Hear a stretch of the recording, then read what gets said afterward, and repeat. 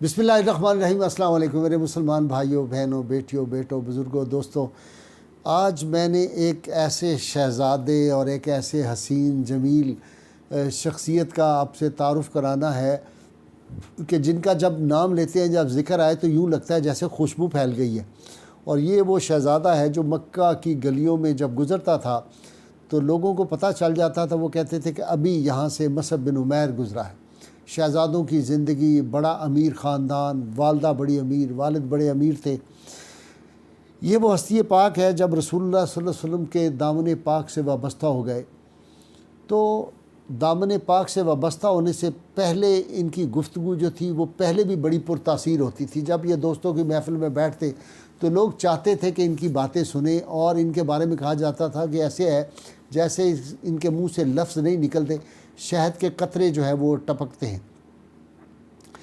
رحمت کونین صلی اللہ علیہ وسلم نے جب اسلام کی تبلیغ شروع کی تو یہ دامن مصطفیٰ صلی اللہ علیہ وسلم وابستہ ہو گئے، مسلمان ہو گئے۔ اب ان کی والدہ کو جب پتہ چلا، یہ چھپ چھپ کے دار ارقم میں جاتے تھے اور ان کے پیچھے لوگ لگے ہوتے تھے، چونکہ مکہ اس وقت بالکل ابھی چھوٹی سی جگہ تھی۔ تو وہی جو بعد میں صحابی ہو گئے تھے، آپ کو معلوم ہوگا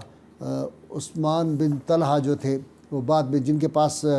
چابی ہوتی تھی، آپ کو پتہ ہوگا اس کی کعبۃ اللہ کی چابی تھی، اور ہجرت کی رات رسول اللہ صلی اللہ علیہ وسلم کو انہوں نے اندر داخل نہیں ہونے دیا گیا تھا،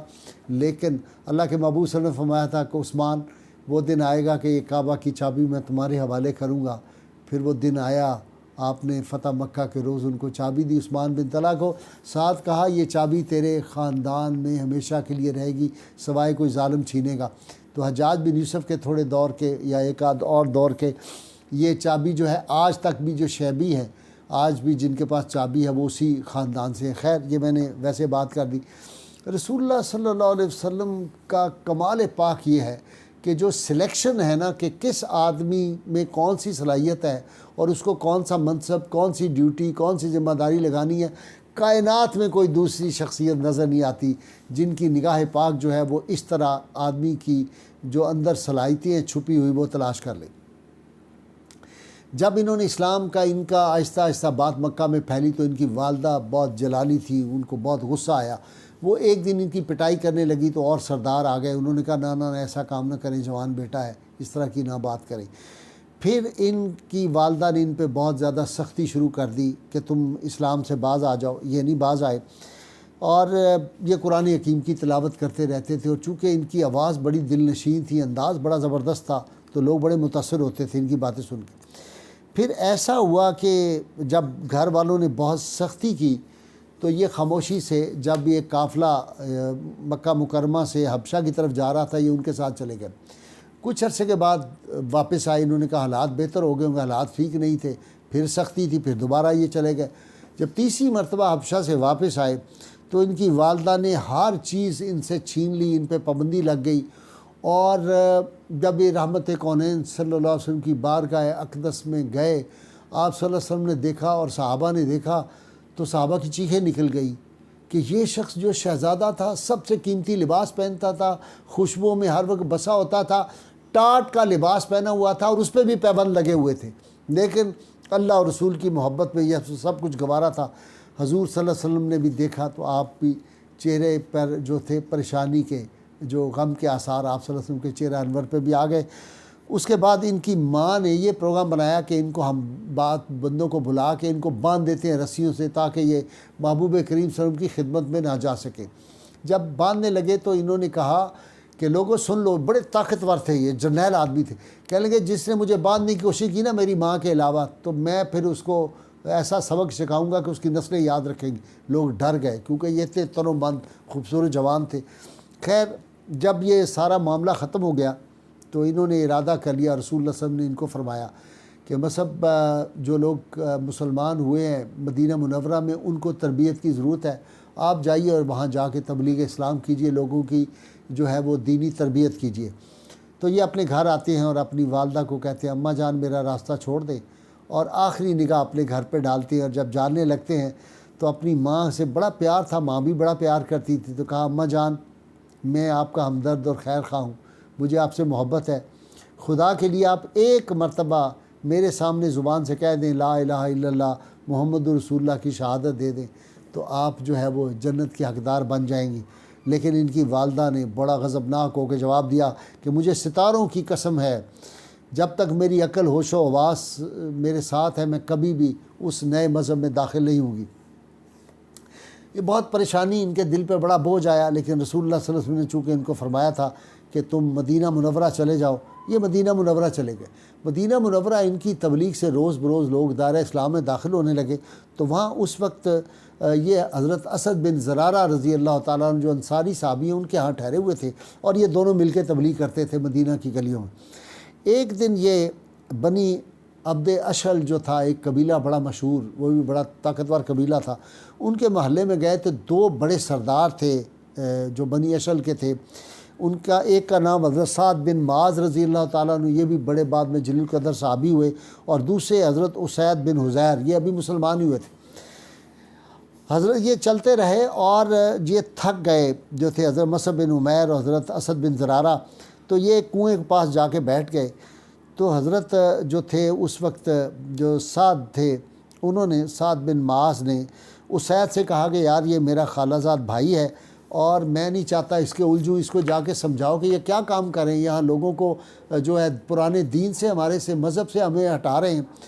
تو یہ گئے حضرت اسید اور غصے کے عالم میں جا کے جہاں بیٹھے ہوئے تھے حضرت مصعب بن عمیر اور اسد بن زرارہ، ان سے کہا تم لوگ کیا کر رہے ہو، تم لوگوں کو غلط راستے پہ ڈال رہے ہو، بہت غصے سے کچھ گفتگو کی۔